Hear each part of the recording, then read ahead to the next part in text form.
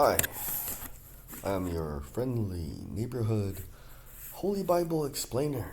We are in Leviticus 13, regulations about defiling skin diseases. The Lord said to Moses and Aaron, when anyone has a swelling or a rash or a shiny spot on their skin that may be a defiling skin disease, they must be brought to Aaron the priest, or to one of his sons who is a priest.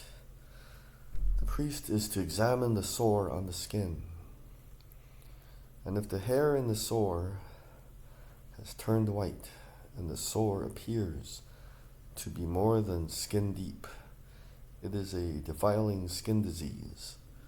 When the priest examines that person, he shall pronounce them ceremonially unclean.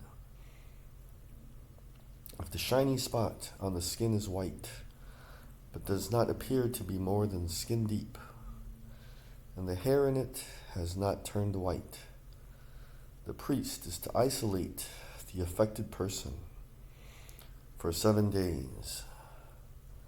On the 7th day, the priest is to examine them. And if he sees that the sore is unchanged and has not spread in the skin, he is to isolate them for another 7 days. On the 7th day, the priest is to examine them again. If the sore has faded and has not spread in the skin, the priest shall pronounce them clean. It is only a rash. They must wash their clothes, and they will be clean. But if the rash does spread in their skin after they have shown themselves to the priest to be pronounced clean, they must appear before the priest again. The priest is to examine that person. And if the rash has spread in the skin, he shall pronounce them unclean. It is a defiling skin disease. When anyone has a defiling skin disease, they must be brought to the priest. The priest is to examine them. And if there is a white swelling in the skin that has turned the hair white, and if there is raw flesh in the swelling, it is a chronic skin disease. And the priest shall pronounce them unclean. He is not to isolate them, because they are already unclean. If the disease breaks out all over their skin, and so far as the priest can see, it covers all the skin of the affected person from head to toe, the priest is to examine them. And if the disease has covered their whole body, he shall pronounce them clean. Since it has all turned white, they are clean. But whenever raw flesh appears on them, they will be unclean. When the priest sees the raw flesh, he shall pronounce them unclean. The raw flesh is unclean. They have a defiling disease. If the raw flesh changes and turns white, they must go to the priest. The priest is to examine them. And if the sores have turned white, the priest shall pronounce the affected person clean. Then they will be clean. When someone has a boil on their skin and it heals, and in the place where the boil was, a white swelling or reddish white spot appears, they must present themselves to the priest. The priest is to examine it, and if it appears to be more than skin deep, and the hair in it has turned white, the priest shall pronounce that person unclean. It is a defiling skin disease that has broken out where the boil was. But if, when the priest examines it, there is no white hair in it, and it is not more than skin deep and has faded, then the priest is to isolate them for 7 days. If it is spreading in the skin, the priest shall pronounce them unclean. It is a defiling disease.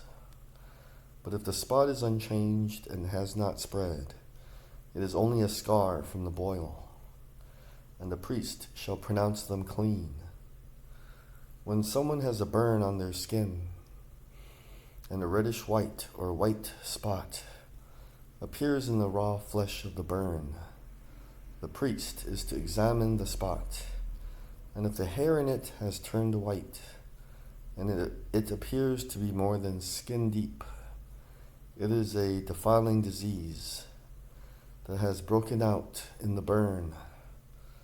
The priest shall pronounce them unclean. It is a defiling skin disease. But if the priest examines it and there is no white hair in the spot, and if it is not more than skin deep and has faded, then the priest is to isolate them for 7 days. On the 7th day, the priest is to examine that person.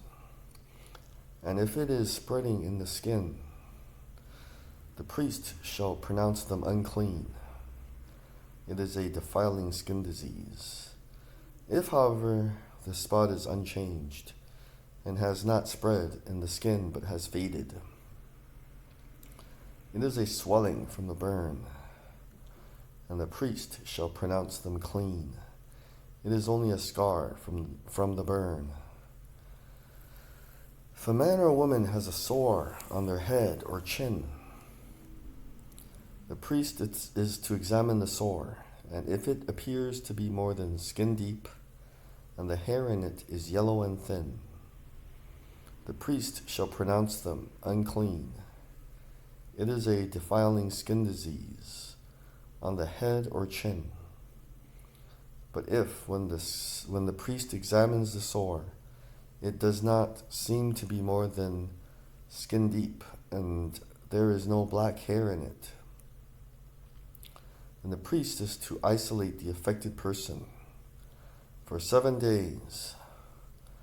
On the 7th day, the priest is to examine the sore, and if it has not spread, and there is no yellow hair in it, and it does not appear to be more than skin deep, then the man or woman must shave themselves except for the affected area, and the priest is to keep them isolated another 7 days. On the 7th day, the priest is to examine the sore, and if it has not spread in the skin and appears to be no more than skin deep, the priest shall pronounce them clean. They must wash their clothes, and they will be clean. But if the sore does spread in the skin after they are pronounced clean, the priest is to examine them. And if he finds that the sore has spread in the skin, he does not need to look for yellow hair. They are unclean. If, however, the sore is unchanged, so far as the priest can see, and if black hair has grown in it, the affected person is healed. They are clean, and the priest shall pronounce them clean. When a man or woman has white spots on the skin, the priest is to examine them, and if the spots are dull white, it is a harmless rash that has broken out on the skin. They are clean. A man who has lost his hair and is bald is clean. If he has lost his hair from the front of his scalp and has a bald forehead, he is clean.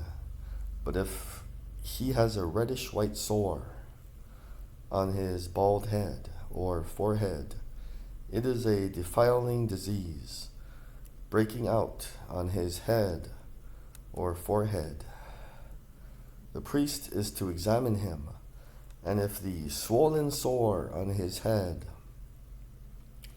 or forehead is reddish white, like a defiling skin disease, the man is diseased and is unclean. The priest shall pronounce him unclean because of the sore on his head. Anyone with such a defiling disease must wear torn clothes. Let their hair be unkempt. Cover the lower part of their face and cry out, "Unclean, unclean." As long as they have the disease, they remain unclean. They must live alone. They must live outside the camp. Regulations about defiling molds. As for any fabric that is spoiled with a defiling mold, any woolen or linen clothing, any woven or knitted material of linen or wool, any leather or anything made of leather. If the affected area in the fabric, the leather, the woven or knitted material, or any leather article is greenish or reddish, it is a defiling mold and must be shown to the priest. The priest is to examine the affected area and isolate the article for 7 days. On the 7th day he is to examine it, and if the mold has spread in the fabric, the woven or knitted material, or the leather, whatever its use, it is a persistent, defiling mold. The article is unclean. He must burn the fabric, the woven or knitted material of wool or linen, or any leather article that has been spoiled, because the defiling mold is persistent. The article must be burned. But if, when the priest examines it, the mold has not spread in the fabric, the woven or knitted material, or the leather article, he shall order that the spoiled article be washed. Then he is to isolate it for another 7 days. After the article has been washed, the priest is to examine it again. And if the mold has not changed its appearance, even though it has not spread, it is unclean. Burn it, no matter which side of the fabric has been spoiled. If, when the priest examines it, the mold has faded after the article has been washed, he is to tear the spoiled part out of the fabric, the leather or the woven or knitted material. But if it reappears in the fabric, in the woven or knitted material, or in the leather article, it is a spreading mold. Whatever has the mold must be burned. Any fabric, woven or knitted material, or any leather article that has been washed and is rid of the mold must be washed again. Then it will be clean. These are the regulations concerning defiling molds in woolen or linen clothing, woven or knitted material, or any leather article, for pronouncing them clean or unclean. Let's go to Leviticus 14. Cleansing from defiling skin diseases. The Lord said to Moses, "These are the regulations for any diseased person at the time of their ceremonial cleansing, when they are brought to the priest.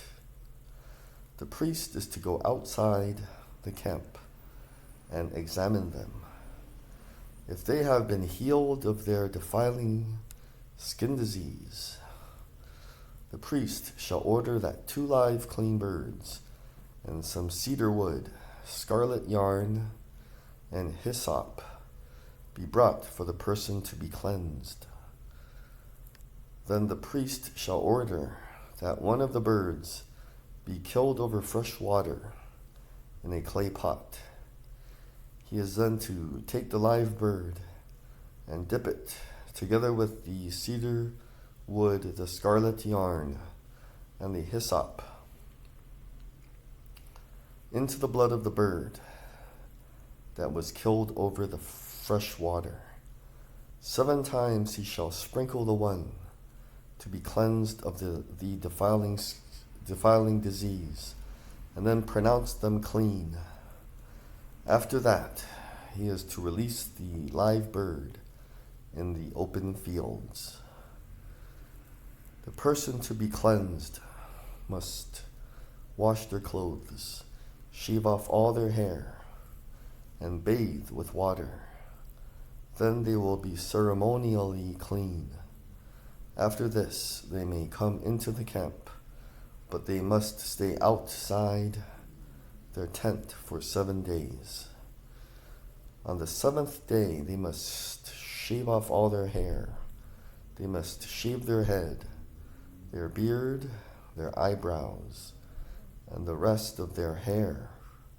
They must wash their clothes and bathe themselves with water, and they will be clean. On the 8th day, they must bring 2 male lambs and 1 ewe lamb, a year old, each without defect, along with 3/10 of an ephah of the finest flour, mixed with olive oil for a grain offering, and 1 log of oil. The priest who pronounces them clean shall present both the one to be cleansed and their offerings before the Lord at the entrance to the tent of meeting. Then the priest is to take one of the male lambs and offer it as a guilt offering, along with the log of oil. He shall wave them before the Lord as a wave offering. He is to slaughter the lamb in the sanctuary area, where the sin offering and the burnt offering are slaughtered. Like the sin offering, the guilt offering belongs to the priest. It is most holy.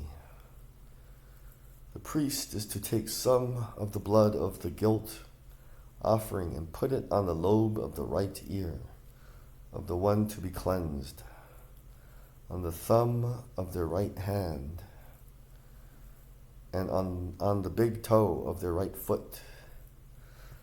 The priest shall then take some of the log of oil, pour it in the palm of his own left hand, dip his right forefinger into the oil in his palm, and with his finger sprinkle some of it before the Lord 7 times.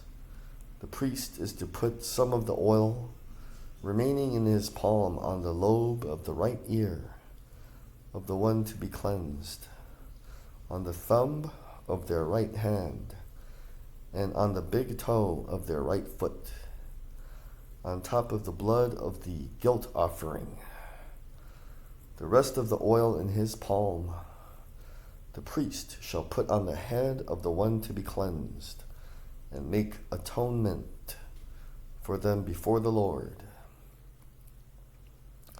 Then the priest is to sacrifice the sin offering and make atonement for the one to be cleansed from their uncleanness.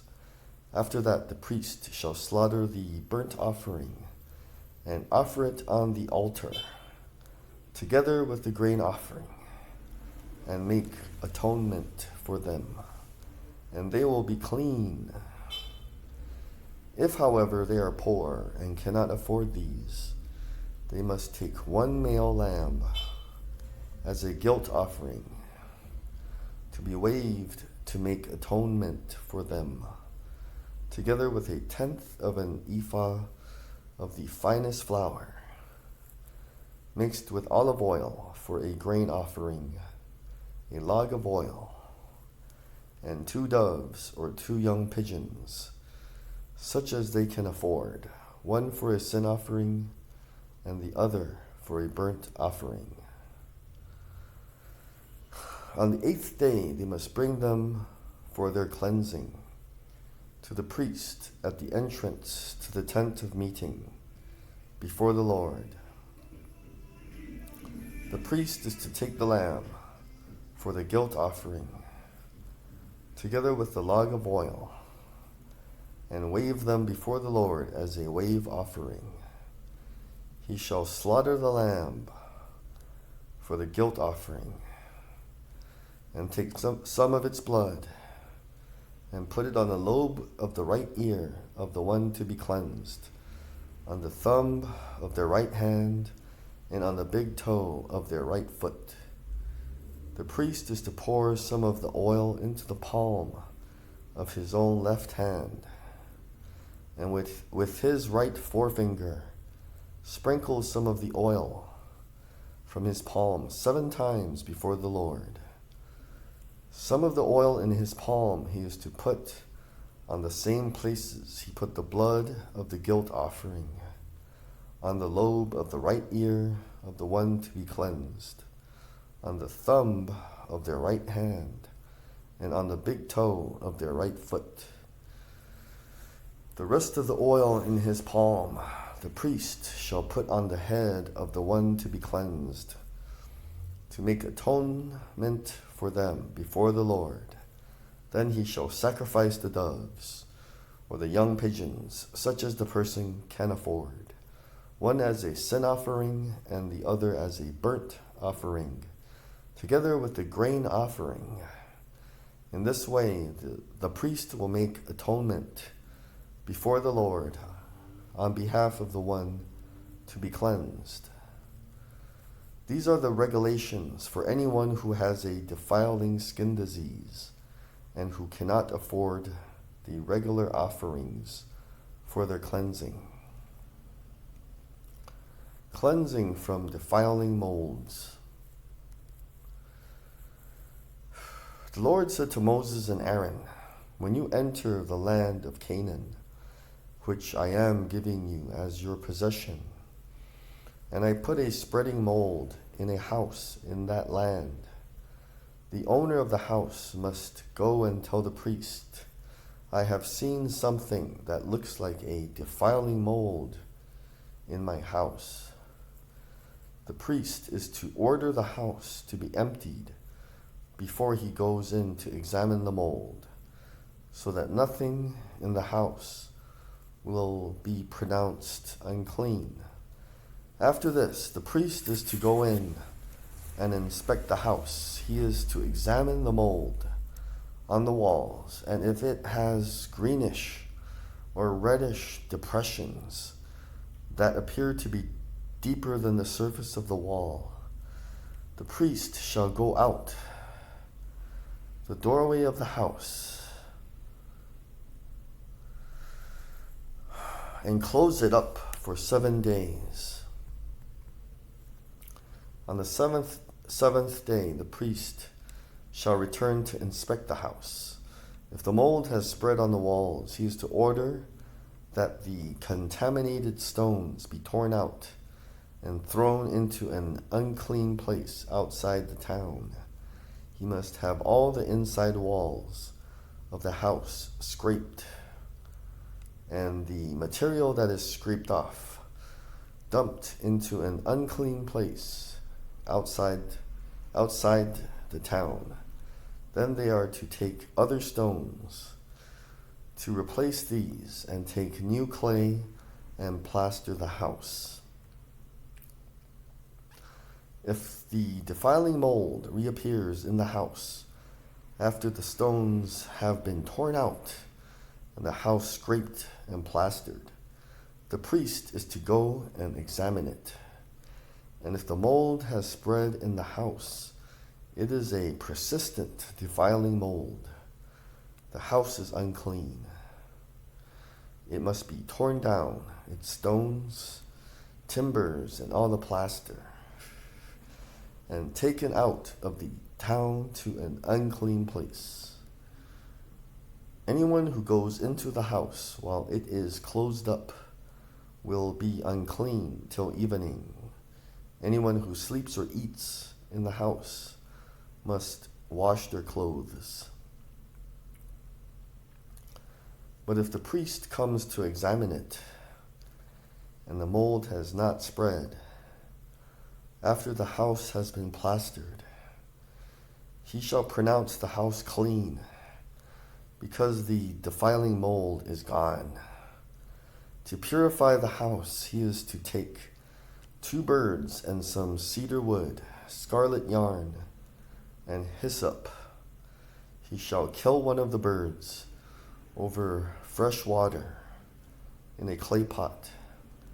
Then he is to take the cedar wood, the hyssop, the scarlet yarn, and the live bird, dip them into the blood of the dead bird and the fresh water, and sprinkle the house 7 times.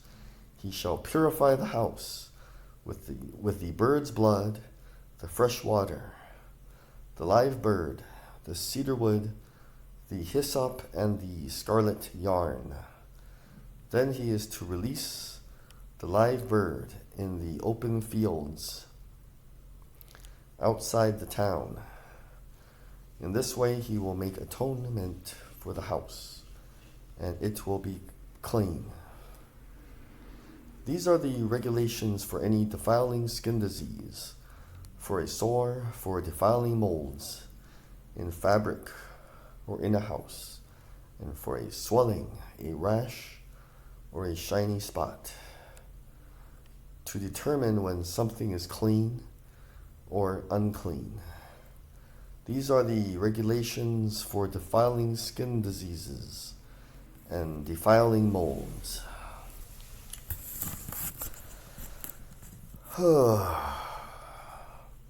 I guess it's boring, but important.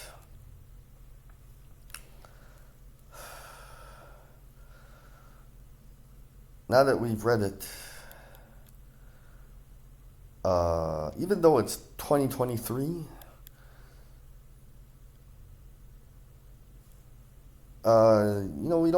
we can't always go to a doctor. So there at least are there's helpful information in Leviticus for having some kind of idea of what's going on in your skin, for example. Or, sometimes you're not sure. You look at your clothes and you were somewhere kind of dirty and you don't know what to do, like throw it away or wash it. That's what I think. So remember, keep God first. He'll take your places.